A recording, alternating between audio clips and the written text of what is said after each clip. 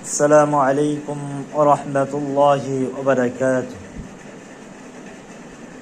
الحمد لله رب العالمين والعاقبة للمتقين والصلاة والسلام على سيد الأنبياء والمرسلين. أما بعد، قال النبي صلى الله عليه وسلم: ما من عبد قال لا إله إلا الله ثم مات على ذلك إلا دخل الجنة أو كما قال عليه الصلاة والسلام. রমজানের দ্বিতীয় দশক হলো মাগফিরাতের দশক। তবে এক হাদিসের বর্ণনা অনুযায়ী পূর্ণ রমজান মাসেই আল্লাহ পাক বান্দাদেরকে বেশি বেশি ক্ষমা করে থাকেন।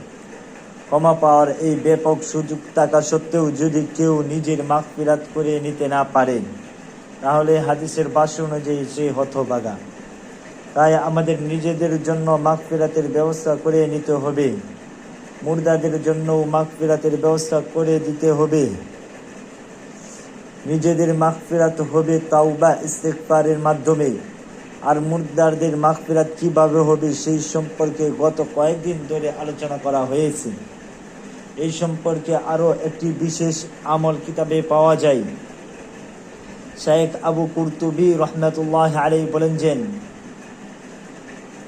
আমি শুনেছি কেউ যদি 70,000 বার লা ইলাহা ইল্লাল্লাহ পাঠ করে, তাহলে তার কবরের আযাব মাওকুফ হয়ে যায়। আর কবরের আযাব মাওকুফ হলে পরবর্তীতে হাসরে এবং জাহান্নামের আযাবও মাওকুফ হওয়ার আশঙ্কা করা যায়। শাইখ আবু কুরতুবী রহমাতুল্লাহ আলাইহি বলেন, আমি এটা শোনার পর এই কালিমা কয়েকটা নেশাব অর্থাৎ কয়েক 70,000 বার পড়ে রাখলাম। একদিন একটা ঘটনা ঘটল। এক যুবক, যার সম্পর্কে প্রসিদ্ধ ছিল যে সে কাশফের অধিকারী, কাশ বুজুর্গায়ে দিনের একটা বিশেষ অবস্থাকে বলে। তার অন্তর্চক্ষু দিয়ে গায়রের অর্থাৎ অদৃশ্যের অনেক কিছু দেখতে পান। ও দৃশ্য তাদের সামনে খুলে যায়। এই অবস্থাকে বলা হয় কাশ। ওই কাশফের অধিকারী সেই যুবক এক মজলিসের ভিতরে হঠাৎ চিৎকার দিয়ে উঠল যে, আমার মায়ের কবরে আযাব হচ্ছে।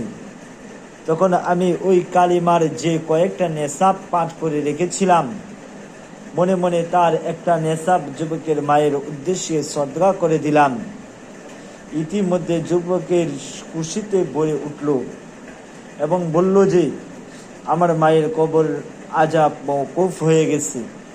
শাইখ আবু কুরতুবী রহমাতুল্লাহ আলাইহি বলেন, এর দ্বারা প্রমাণিত হলো যে আমি যেটা শুনেছিলাম 70,000 বার কালিমা পাঠ করলে কবরের আযাব মওকুফ হয়ে যায়, এটা সত্য। যদিও তিনি এই কথাটা কার কাছ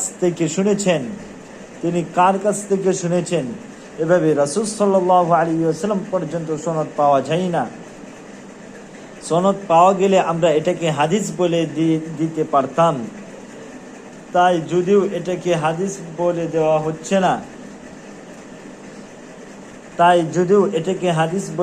যাচ্ছে না, তারপরেও প্রমাণ পাওয়া গেল যে এই আমলটা ফায়দা রয়েছে। তাই আমরা নিজেদের জন্য, আমাদের মাতা পিতা এবং আপন জন যারা দুনিয়া ছেড়ে চলে গেছেন, তাদের জন্য এক নেশাব পাঠ করে রাখতে পারি, বেশিও পাঠ করে রাখতে পারি। যদিও আমরা এই আমলের দ্বারা তার ক্ষমা হয়ে যায়, তাহলে এটাই হবে আমার পক্ষ থেকে তার সবচেয়ে বড় পাওয়া। এটাই হবে সেই মুর্দাদের মাগফিরাতের একটা সহজ অথচ বড় ব্যবস্থা। নাজাতের ব্যাপারে লা ইলাহা ইল্লাল্লাহর যে বড় ভূমিকা রয়েছে তা একটা হাদিস থেকেও জানা যায়। আল্লাহর পয়গম্বর রাসূল আরবি সাল্লাল্লাহু আলাইহি ওয়াসাল্লাম বলেন,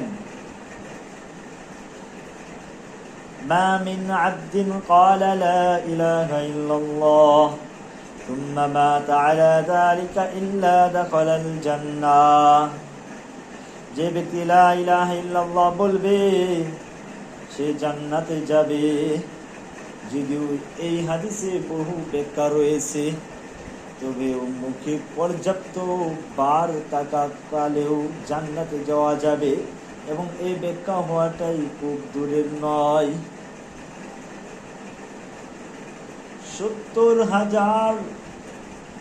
70,000 বার পাঠ করা অনেক বারের মধ্যে পড়ে, তাই 70,000 পাঠ করলে উপরোক্ত ফজিলত এই হাদিসের কাছাকাছি মনে হয়।